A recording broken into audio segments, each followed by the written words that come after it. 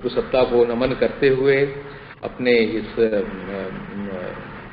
क्रम में आज प्रातःकाल की बेला में सब में ही एक आत्मा है के संदर्भ में परम पूज्य गुरुदेव के दृष्टिकोण क्या थे, हमारे शास्त्र क्या कहते हैं, तो इस पर हम लोग कुछ चर्चा करेंगे और अपनी बात को प्रारंभ करेंगे। मैं सबसे पहले तो परम पूज्य गुरुदेव के साथ के ही अपने संस्मरण के साथ अपनी बात को रखना पसंद करूंगा।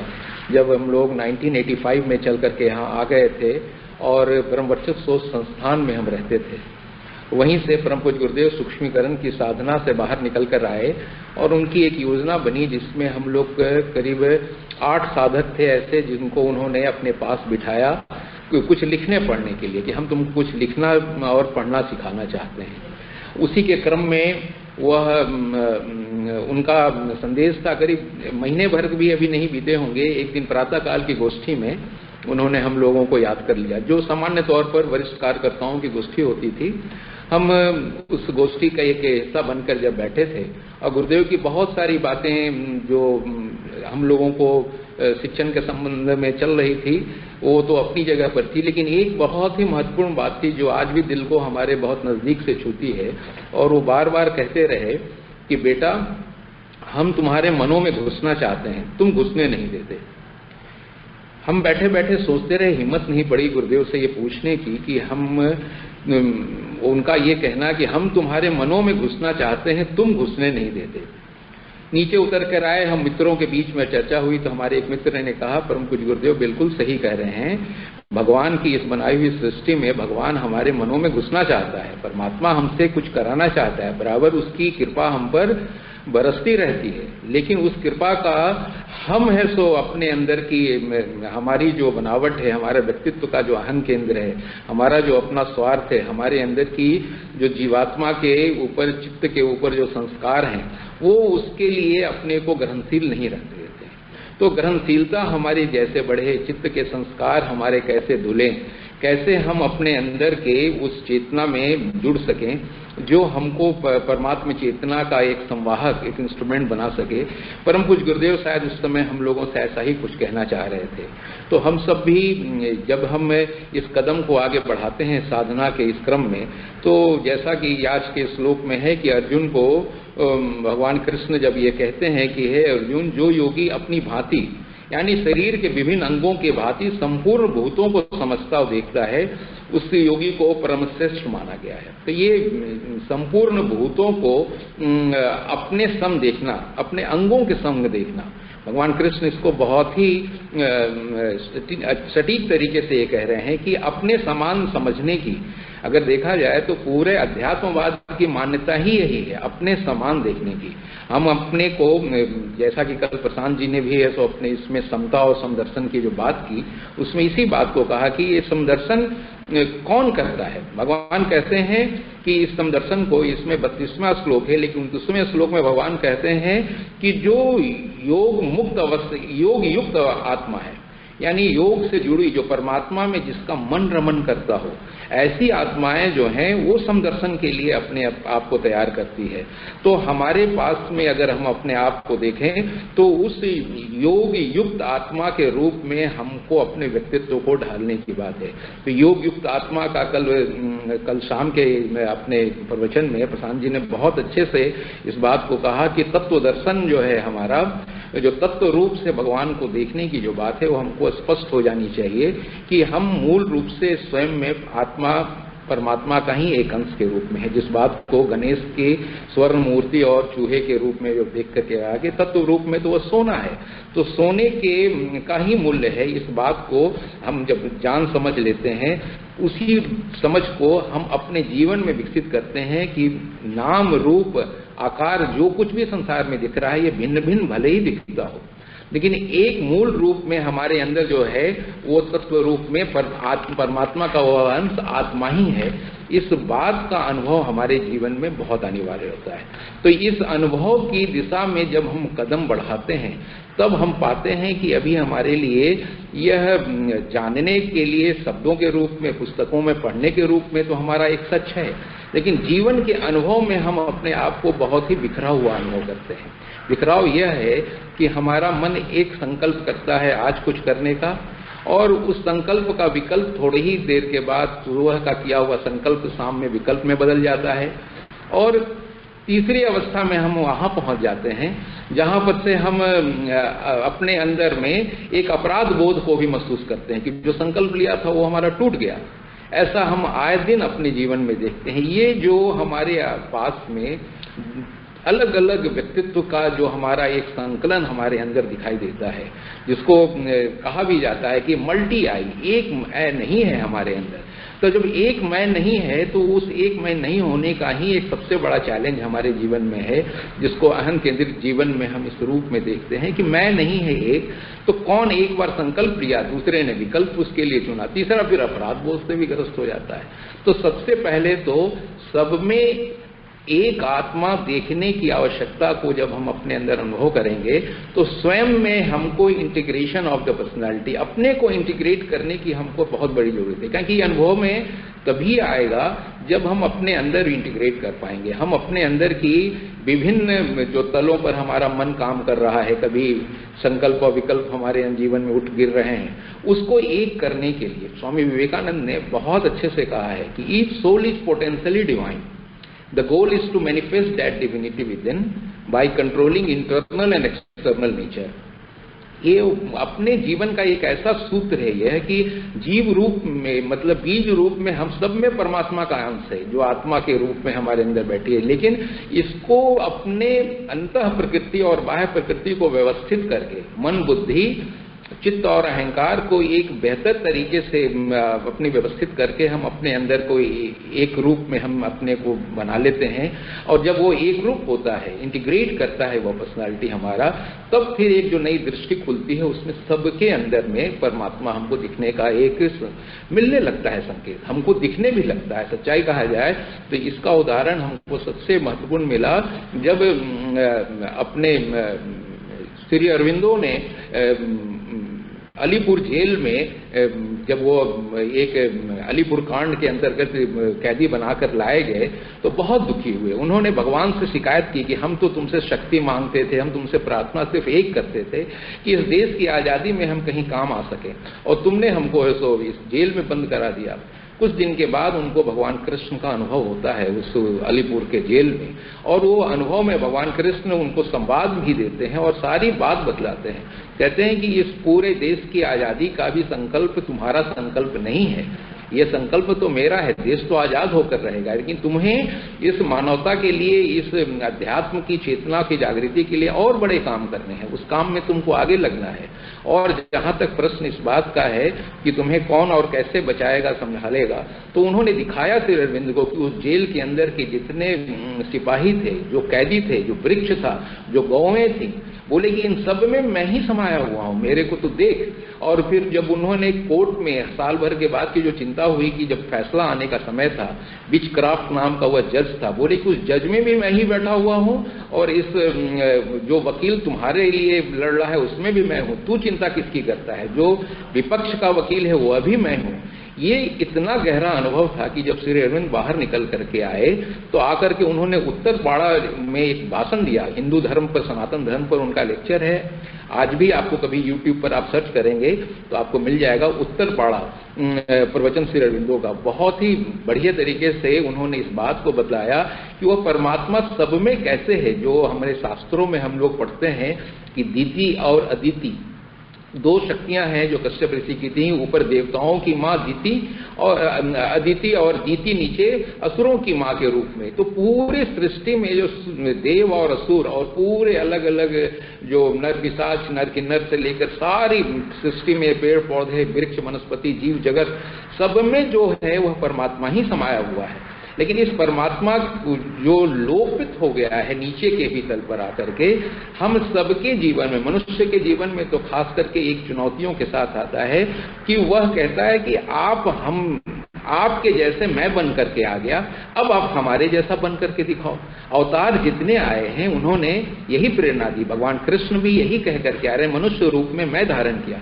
हम सब मनुष्यों को, कोई टीचर, इंजीनियर, प्रोफेसर, डॉक्टर और जो कुछ भी हम काम करते हैं, इस नाम रूप के साथ में हमारा जीना एक है, लेकिन आत्म रूप में हमको अवस्थित होना, आत्मा के रूप में अपने अंदर में विकसित होना बहुत ही अनिवार्य है। हर जन्म में हम लोग इसी एक चुनौतियों के साथ आते हैं, जिसके लिए भगवान ने दे रखा है कि मैं तो तुम्हारे जैसा बन करके सब कष्टों को जी करके अवतार धारे आते हैं। मनुष्यों के अंदर की जितनी कष्ट कठिनाइयां हैं उनको वो स्वयं भी महसूस करते हैं। इसी बात को इस श्लोक में भी कहा है कि अपने योगी अपने अंग अवयवों के भांति भूत के जो दुख हैं, सुख हैं, उसको अनुभव करता है। वो पत्थर के समान नहीं होता है। पत्थर को आप सुख और दुख का अनुभव नहीं करा सकते। मनुष्यों के रूप में, और वो भी योगी के रूप में जब वो अनुभव करता है तो और विराट के रूप में वो ज्यादा ही अनुभव करता है। हमारे कष्टों को भगवान जितना ज्यादा महसूस कर सकते हैं उतना शायद ही कोई कर सकता हो। तो यह एक अपने आप में हमारे लिए प्रेरणा बन करके आती है कि मनुष्य जीवन में हम अभी तक जिस दायरे में बंधे हुए हैं वह दायरा हमारा अहं केंद्रित दायरा है। उस दायरे को निकालने की हमको आवश्यकता है, तब हम इस अनुभवों के बीच में जाएंगे।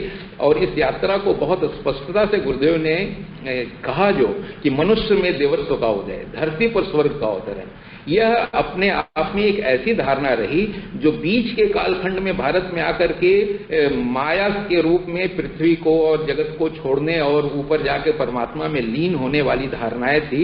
उसको परम पूज्य गुरुदेव ने यहाँ पर एकदम से एक चुनौती के रूप में दी कि नहीं, ये पृथ्वी भगवान की है और भगवान इस पृथ्वी पर अभिव्यक्त होना चाहता है, अपने अंदर से वो प्रकट होना चाहता है। तो उस प्रकट होने वाले भगवान को हम कैसे प्रकट करें, ये अपने आप में एक चुनौती के रूप में जो थी, उस चुनौती को उन्होंने स्वीकार किया परम पूज्य गुरुदेव ने। और हम सबको ये स्वीकार करने के लिए कहा कि आप कुछ भी बने, कोई भी योग्यता क्षमता आपकी हो, लेकिन इंसान के रूप में परमात्मा को प्रकट करने के लिए, अपने अंदर की आत्मा को जानने के लिए हमको उपाय करने होंगे।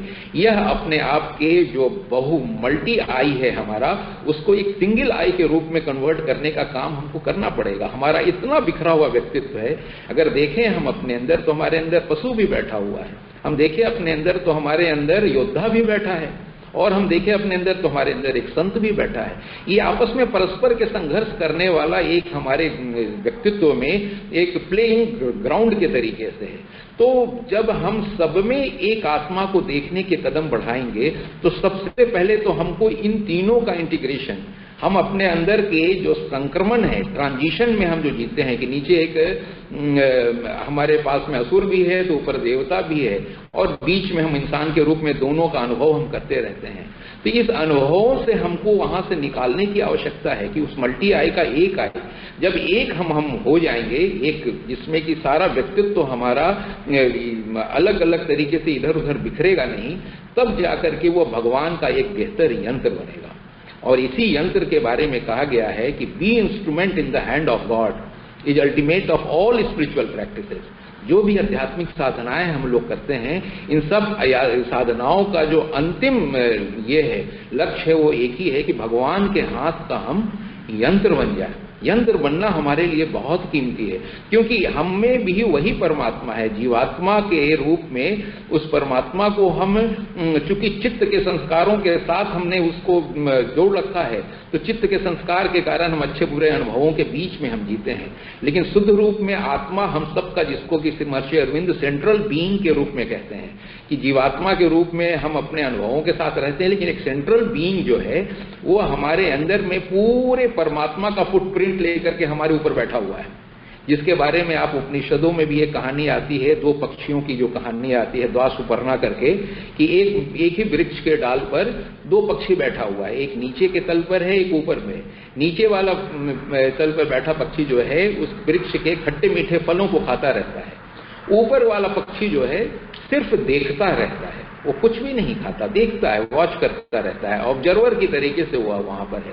नीचे वाले पक्षी का खट्टा मीठा अनुभव जो है हमारी जीवात्मा का अनुभव है। जन्म जन्मांतर हम इसी अनुभवों के साथ होते हैं, लेकिन जिस दिन ये जीवात्मा अपने खट्टे मीठे का अनुभव को समता के भाव से, समत्वम योग उच्चेत का जो बात कल कहा गया, उसके भाव से जिस समय स्थिर होकर के अपने शरीर पर समता, अपने प्राणों में समता, अपने मन के ऊपर आने वाले विभिन्न प्रकार के हलचलों में समता, अपनी भावनाओं में उठने वाले ज्वार के प्रति समता, ये सब में ला करके वहां आकर खड़ा हो जाता है जहां पर वो एक ऑब्जर्वर बन जाता है। तो ये यात्रा हमारी ये है जिसमें अज्ञान से चलती है हमारी यात्रा। अज्ञान के हम सामान्य तौर से अपने खट्टे मीठे फलों के साथ अज्ञान का जीवन हम जीते हैं। अच्छा पा करके हम खुश हो जाते हैं, हमको कष्ट होता है तो हम दुखी होते हैं। दुख का रोना और सुख का खोना। परम पूज्य गुरुदेव हमेशा इस बात को कहते रहे कि दुख के कारण हम रोते हैं और सुख के कारण हम खोते हैं, मनमस्त हो जाते हैं। लेकिन इन दोनों को उन्होंने उलट करके अगर आध्यात्मिक रूप से अपने एकत्व को स्थापित करने के रूप में उन्होंने बनाने की बात कही, तो एक बात बहुत शानदार कही उन्होंने कि दुख को बनाओ तप और सुख को बनाओ योग, तो बन जाएगा जीवन तुम्हारा परमात्मा के योग्य। तो परमात्मा के योग्य इंस्ट्रूमेंट बनने में ये द्वा सुपर्णा पक्षी का ऊपर वाला ऑब्जर्वर के रूप में बन जाने में हमारा दूसरा स्टेप है, जो समता के रूप में अपने अंदर के व्यक्तित्व के उस प्रकटीकरण के रूप में हमारे पास जब आता है, तो हम समत्वम योग उच्चेत के भाव से हम ऑब्जर्वर के रूप में हर परिस्थितियों को एक तटस्थ भाव से स्टेप पे बैक करके हम देखना सीख जाएं, तो ये हमारे लिए मदद करता है संसार के अंदर में फैले हुए भगवान को देखने के लिए हमारी आंखें फिर खुलने लगती है। उपनिषद कहता है तो फिर तीसरी अवस्था इसमें आ जाती है। देखिए, अनीस और साक्षी और फिर ईस की यात्रा का मतलब है कि अब ये सारी प्रकृति जो है हमारे अधीन होकर के चलती है। जितने ऋषि आत्माओं को, परम पूज्य गुरुदेव को हम लोग देखते हैं कि प्रकृति उनके इर्द गिर्द, प्रकृति का सारा खेल उनके इर्द गिर्द, उनके ही शर्तों पर आ जाता है। तो हमारी एक यात्रा है यह। इस यात्रा में प्रकृति के अभी हम दास हैं, लेकिन जैसे ही साक्षी बन जाएंगे तो हम प्रकृति के संबंधों को समझने लग जाएंगे, और जैसे ही समझने लग जाएंगे ये परत खुलेगा नहीं कि फिर तीसरे कदम पर ईश, जिसको कि रामकृष्ण परमहंस भी कहते थे, ईश्वर कोटि की आत्मा। तो जीव कोटि से ईश्वर कोटि की आत्मा की यात्रा है हमारी। और जहां ईश्वर कोटि की आत्मा के रूप में हमारा स्थापन होता है, तो हम संसार के कष्टों को, पत्थर के समान नहीं कि कोई अनुभव नहीं, संसार के कष्टों को और ज्यादा अनुभव करने लगते हैं। आपको शायद मालूम होगा, रामकृष्ण परमहंस की वो कहानी आती है जिसमें अपने शिष्यों को उन्होंने इस बात के लिए संकेत करने के लिए दिखाया। उनके साथ जा रहे थे, खेत में किसान काम कर रहा था और बैलों को वो अपने मार रहा था। जैसे वो उधर वो मारता था वो अपने डंडे से बैलों को, रामकृष्ण के पीठ पर एक गहरा लाल निशान का दाग आया है। रामकृष्ण की ऐसे शरीर पर दाग उभरते देख करके शिष्यों को बड़ा हैरानी हुई कि बोले ये क्या हो रहा है। बोले कुछ नहीं, वो जो किसान बैल को मार रहा है उसका ये दर्द हमारे पीठ पर आ रहा है। तो बोली ऐसा? बोले कि बिल्कुल, ये अनुभवजन्य बातें हैं जो रामकृष्ण बच्चों को दिखाना चाहते थे कि कैसे सारी सृष्टि एक है। अगर उस ऊंचाई पर तुम जाओगे तो किसी के कष्ट दुख जो है तुम्हारे अपने कष्ट दुख भी बन जाएंगे, और किसी का सुख भी तुम्हारा अपना सुख बन जाएगा। तो रामकृष्ण ने उस बात को दिखाया उस बैल के साथ हुई घटना के रूप में। तो हमें अपने जीवन में इस विकास की यात्रा में, लेकिन ये जो सुख और दुख है उसमें सबसे मूल बात यहां आ जाती है कि हम उसमें से किसी भी चीज के लिए आसक्त नहीं होते हैं। हम किसी के सुख दुख को दूर करने की प्रक्रिया में हम लग तो सकते हैं, लेकिन आसक्ति नहीं है वहां पर। ये कर्म की एक बड़ी विशेष महत्ता के रूप में आ जाती है कि आसक्ति नहीं, बल्कि हमारे कर्तव्य के रूप में हम एक ऋषि आत्मा के रूप में, हम एक ऊंची उठी आत्मा के रूप में, हम भगवान के दूत के रूप में, हम अपने अंदर के एक ज्ञानी के रूप में, भक्त के रूप में, हम किसी भी रूप में अपने चित्त के अंदर के उन संस्कारों को जब जितना छीन कर लेते हैं, हम परमात्मा के उन ऐसे संवाहक बन जाते हैं कि दूसरे लोगों के फिर हम मदद के लिए बहुत सहायक हो जाते हैं। ये साधारण काम नहीं होता। जो लोग अज्ञान की जिंदगी जी रहे हैं, जो भटके हुए जीवन में हैं, उनके लिए हम सहायता देने की स्थिति में आ जाते हैं। तो हमारे जीवन की यात्रा में इस बात का जो पतंजलि भी कहते हैं, योगस चित्त वृत्ति निरोधा, हम अपने चित्त वृत्ति का निरोध करके हम उस अवस्था को पा जाएं जहां से हमारे चित्त के संस्कार जो हमको भाव बनाते हैं, जो विचार बनाते हैं, भावों से विचार बनता है, वही विचार हमको क्या करता है, कर्म करने के लिए प्रेरणा देता है, और वो कर्म हमारे आदतों और चरित्र के रूप में आता है, वही व्यक्तित्व बनता है। तो ये व्यक्तित्व का बनना और फिर जीवन समाप्त होने पर अपने संस्कारों में विलीन होकर के नई यात्रा को शुरू करना। हम सबके हृदय में परमात्मा का एक अंश है, जो अंतरात्मा परम पूज्य गुरुदेव भी कहते हैं कि बैठा है हमारे, जिसको महर्षि अरविंद चैत्य कहते हैं, साइकिक बीइंग के नाम से उन्होंने उसको नाम दिया। तो वो भगवान का प्रतिनिधि है। तो उस प्रतिनिधि के अधीन जब हम जिंदगी जीने लगते हैं तो सब में हमको एक आत्मा दिखाई देने की संभावना बढ़ जाती है। क्यों? क्योंकि ये चैत्य जो है परमात्मा का प्रतिनिधि दूसरे के अंदर के चैत्य को भी देखने में, दूसरे के अंदर के भी आत्मा को देखने का आंखें वो हमारे अंदर खोल देता है। और इसी आंखों को खोलने के लिए परम पूज्य गुरुदेव ने सबसे बड़ी बात जो की वो गायत्री मंत्र हम लोगों को दिया। क्योंकि ये आंखें खुलती है हमको सबसे पहले स्तर पर आकर के जब हम विवेक के साथ जीना शुरू कर देते हैं। विवेक ही वह तल है जो गायत्री माता हमको जगाती हैं, हमको हमारे प्राण को बल देती हैं, हमको सुख प्रदान करती हैं, दुखों को नष्ट करती हैं, सब करती है। लेकिन सबसे महत्वपूर्ण चीज वो देती हैं विवेक। जैसे ही ये विवेक आता है तो सारे संबंधों में, सारे संसार में, अपने रिश्ते नातों में, अपने देश दुनिया के सारे संबंधों में, प्रकृति के साथ के संबंधों में हम विवेकपूर्ण व्यवहार करने लगते हैं। ये विवेक की हमारी जो दृष्टि है वो हम जगा देती है हमारे अंदर में उसको, जो परमात्मा जगह जगह सब में छुपा है, जग में जहां भी, हमारे बंधनों को खोल करके उस जगह पर ला करके खड़ा कर देती है जहां से स्वामी विवेकानंद जो कहते हैं कि जीवन की नियति है। एक बहुत अच्छा उनका सॉन्ग ऑफ सन्यासी है, कभी आपको पढ़ना का मौका मिले तो आप पढ़ना। सूर्यकांत त्रिपाठी निराला जी ने उसका हिंदी में किया है। 4 लाइनों में वो कहते हैं कि इस जग में जो भी करता है तनु को धारण, जो भी इस जग में तनु को धारण करता है, बंधन उसके अंगों का होता है नैसर्गिक भूषण। वो कहते हैं यह सच, किंतु परे जो नाम रूप से रहता वह नित्य मुक्त आत्मा है, स्वच्छंद सदैव विचरता। स्वच्छंद सदैव विचरता वही तो तुम हो, यह ज्ञान करो हृदयांकित। हमको स्वामी जी कहते हैं कि वही स्वच्छंद और सदैव विचरने वाली नित्य मुक्त आत्मा है। हम अपने को एक व्यापारी, हम अपने को एक पिता, एक माता, एक टीचर, एक बच्चे, हम नाना रूपों और रूप में संबंधों में ही अपने जीवन भर गुजार जाते हैं। हम नित्य बराबर स्मरण वो कर पाना जिसमें हम आत्मा कहीं अंश है, परमात्मा के अंश आत्मा के रूप में है, हमारे लिए संभव नहीं होता। और यही नहीं हो पाने के कारण हम उस अर्थ में भगवान के साथ जुड़ नहीं पाते जो सब में उस आत्मा परमात्मा को देख सके, जो सबके अंदर में, सबकी आत्मा में एक ही भगवान छुपा है, इसको जानने की कोशिश करने में हमको सफल बना सके। तो यह एक बहुत ही अद्भुत और सच कहा जाए तो भगवान के दिया हुआ हमारा करिकुलम है जिसको हमको समझना चाहिए और भगवान को सब में देखने के ऊपर, और भगवान ही हमको सब में दिखे। जैसे कि श्री अरविंद को भगवान ने दिखाई दिया कि देखो कैसे हम जेल के अंदर के कैदी में भी हैं, तो हम उस जज में भी बैठे हैं, उस पुलिस में भी बैठे हैं और तुम्हारे वकील में भी बैठे हैं। वैसे ही एक शास्त्रों में कहानी आती है कि गोलोक धाम है जो है परमात्मा का, भगवान कृष्ण का जो सत्य चित्त आनंद धाम, जो आज भी कहते हैं कि पृथ्वी और गोलोक धाम के बीच भगवान कृष्ण का वो गोलोक धाम सदैव बना हुआ है।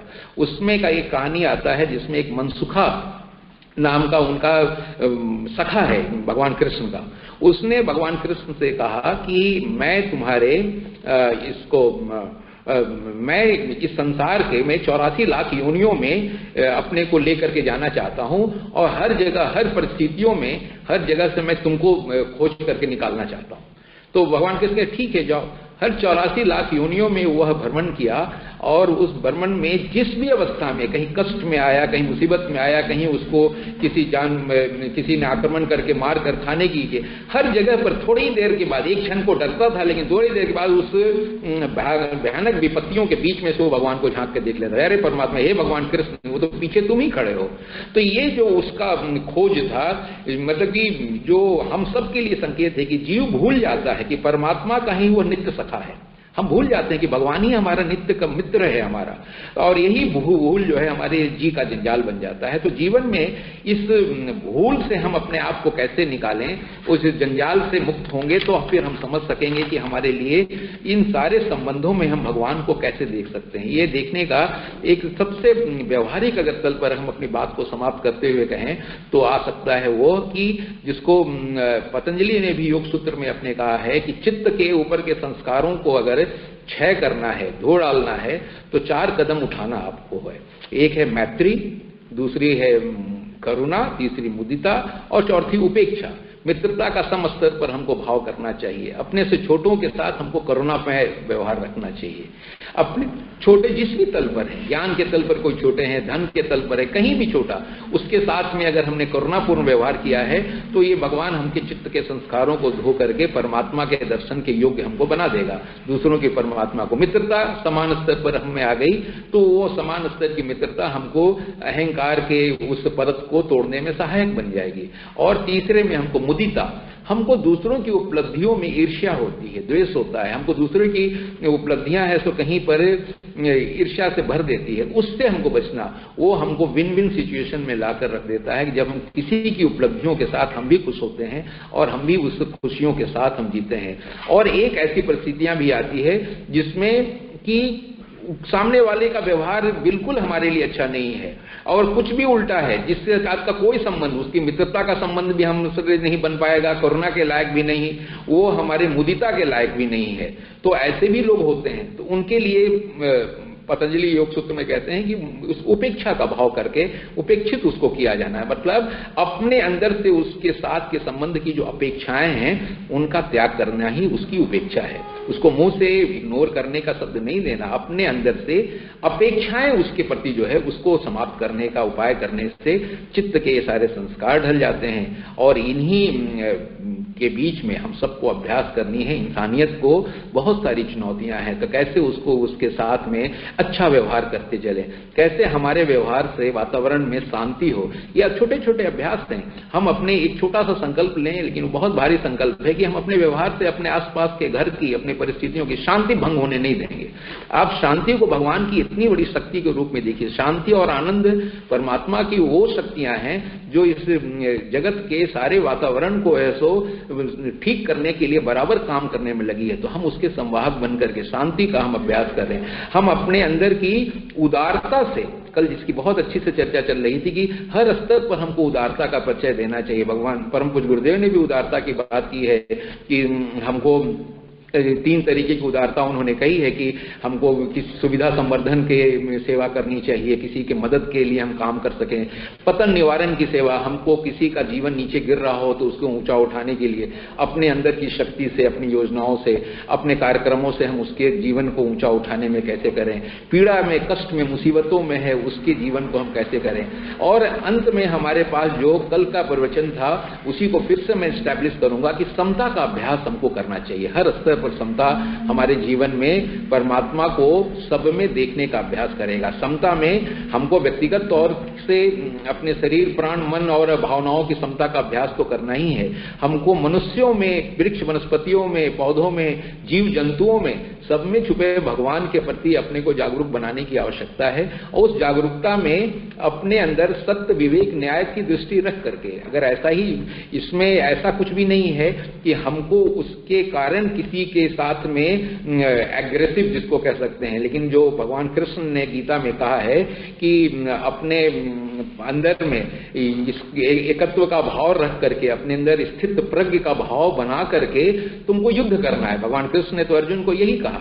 तो इतनी बड़ी जो युद्ध की घटना हुई, युद्ध में इतने लोग मारे गए, लेकिन भगवान कृष्ण ने कहा अर्जुन को कि तुम धर्म के लिए इसके लिए खड़ा है, क्योंकि जो लोग धर्म के विरोध में कहीं भी हैं, हमें उनका विरोध करना भी हमारे लिए मनुष्यता की सेवा है। तो इस बात को हमको ध्यान में रखना होगा कि समत्वम योग उच्चेद का मतलब हमको सिर्फ उनसे गुड़ी गुड़ी अच्छे ही अच्छे व्यवहार करना नहीं है। हो सकता है हमको कहीं कठोर व्यवहार, लेकिन अपने अंदर में उसके साथ में समत्व योग के साथ में अपने अंदर का स्थित प्रज्ञ भाव, हमको उसमें किसी वैर का भाव रख करके नहीं, बल्कि यह भाव जिसके कारण धर्म की रक्षा हो, क्योंकि धर्मो रक्षति रक्षता कहा गया है।